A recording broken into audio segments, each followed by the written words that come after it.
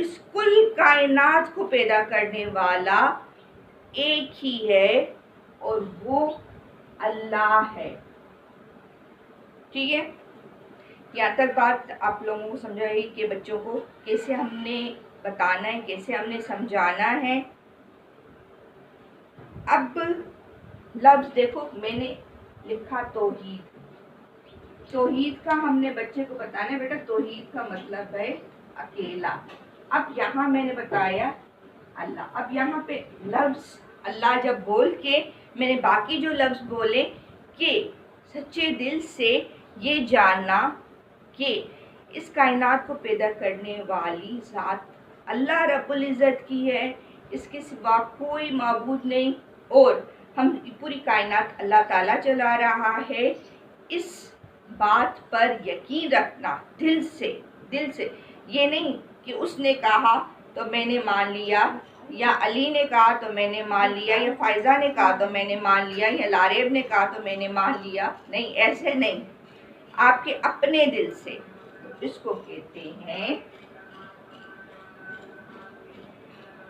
عقیدہ. کیا کہتے ہیں؟ عقیدہ.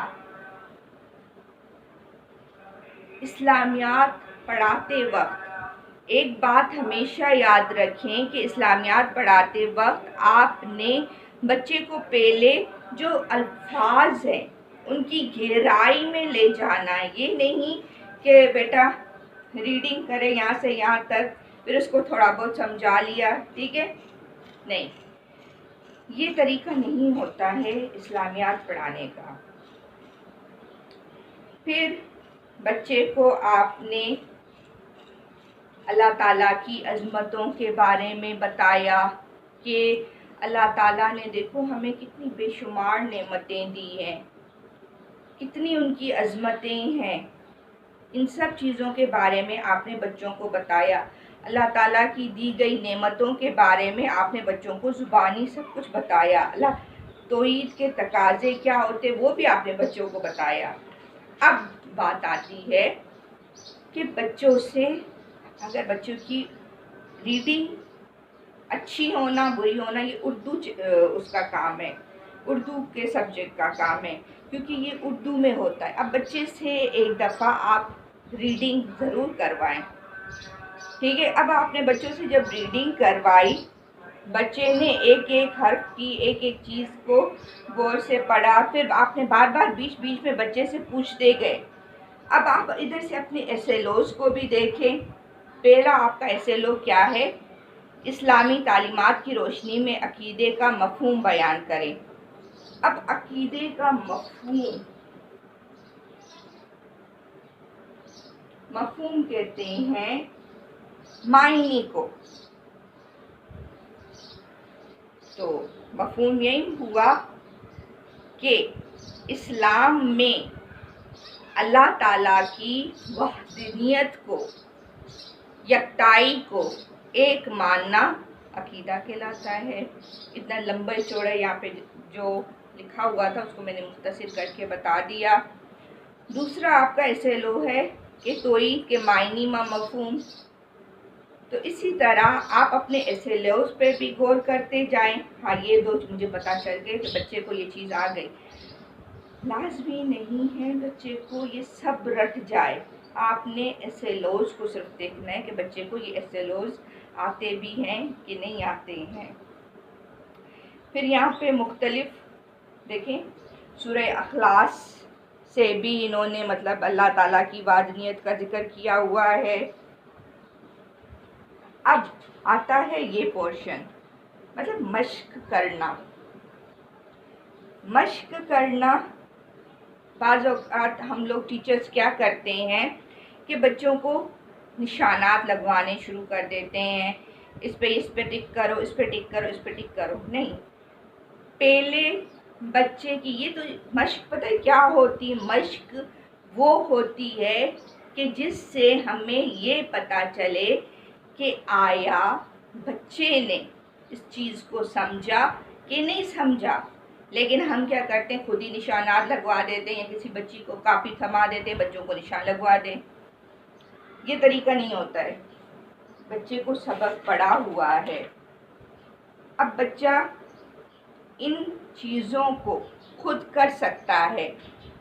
درست جواب پہ نشان لگائیں یا خالی جگہ پر کرے، ایک بچے کو نہیں آئے گا نا، گروپ بنوائیں، دوسرا بچہ اسے بتائے گا، کیونکہ کوآپریٹیو کولیبریٹیو یا کوآپریشن لرننگ جو ہوتی ہے اس میں بچہ بہت جلدی سیکھتا ہے بنسبت اس کے کہ وہ سیپریٹلی سیکھے۔ ایک بچہ کنفیوز ہے، وہ نہیں کر پا رہا ہے، لیکن وہ گروپ میں ضرور سیکھے گا۔ اچھا، اس کے علاوہ یہاں پہ مختصر سوالات جوابات بھی ہیں اور تفصیلی سوالات جوابات بھی ہیں۔ اب آپ پہلے دیکھیں میرے ہاتھ میں کتاب کس کی ہے، کس کلاس کی ہے؟ کلاس 3 کی ہے نا۔ اس عمر کا بچہ تقریباً ہوگا 8-9 سال کا۔ آپ خود سوچیں کہ عقیدہ توحید کے تقاضے بیان کریں۔ اب یہ تقاضے اتنے ہیں، بچے کو یہاں سے نشان لگوا دیتے ہیں، ہاں بھائی بچے یاد کر کے آنا۔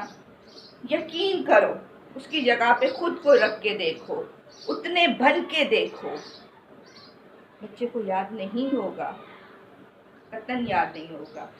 یہ جو 3 کلاس کی میں صرف بات کر رہی ہوں، میری بات غور سے سنیے گا، میں 3 کلاس کی بات کر رہی ہوں۔ تو اس کلاس میں بچے کو یہ جو تفصیلی سوالات ہیں نا، یہ ان سے زبانی پوچھئے، زبانی باتوں بچوں سے پوچھئے، لیکن لکھوانے کی حد تک ان کو نہیں لائیں۔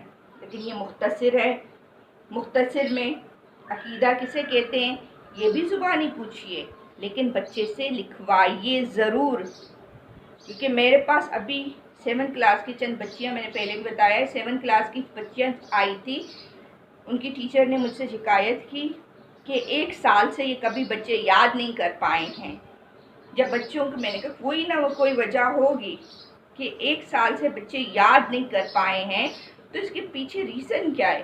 میں نے جب ان بچوں سے پوچھا تو ان بچوں نے مجھے کہا مس ہمیں پڑھنا ہی نہیں آتا۔ مجھے بہت افسوس ہوا کہ ایک بچے کو جو پڑھنا نہیں آئے گا تو وہ یاد کیسے کرے گا؟ تو اسی طرح بچے کو پڑھنا بھی آنا چاہیے، اور ہماری اردو ٹیچرز کو، انگلش ٹیچرز کو خاص کر کے یہ ہے کہ وہ ریڈنگ پر، املے پر بہت زور دے، املے پر وہ بہت زور دے، املا اور بچے سے ریڈنگ کروانا بار بار، اور ایک ایک بچے پر وہ ضرور توجہ دے۔ اگر تمام دنوں میں نہیں دے سکتی، ہفتے کا 1 دن ضرور ان پر اس بات پہ توجہ دیں۔ اس کے بعد ہے اللہ تعالیٰ کی 2 صفات بیان کریں، یعنی کہ اللہ تعالیٰ کی خوبیاں بیان کریں۔ جب بچے نے یہ چیپٹر پڑھ لیا تو وہ تو 2 کیا 5 6 7 8 بھی بتا دے گا۔ اور یہ ہے کہ ہم اس اسلامیات کو ایسے ہی پڑھا سکتے ہیں۔ اب میری بات یہاں پہ یہ ہے کہ میں نے تو یہ ویڈیو بنائی ہے صرف ایک چیپٹر کی۔ اگر آپ لوگوں کو اس میں کلاس 3 میں کوئی اور چیپٹر ایسا ہے جس کے بارے میں آپ مجھ سے جاننا چاہتے ہیں کہ اس چیپٹر کو آیا ہم کیسے پڑھائیں، تو آپ مجھے کمنٹس میں ضرور بتائیے کہ ہم نے اس چیپٹر کو کیسے لے کر چلنا ہے۔ مزید اس کے ساتھ ساتھ بچوں سے مختلف قسم کی سرگرمیاں کروائیں، الفاظ معنی پوچھیں، بچوں کے درمیان کوئز کا، چھوٹے چھوٹے سوالات کا مقابلہ رکھیں، ان سے بھی بچوں کے یہ بات چیزیں سمجھ آ جائے گی۔ جزاک اللہ، اجازت چاہتی ہوں، پھر ملیں گے۔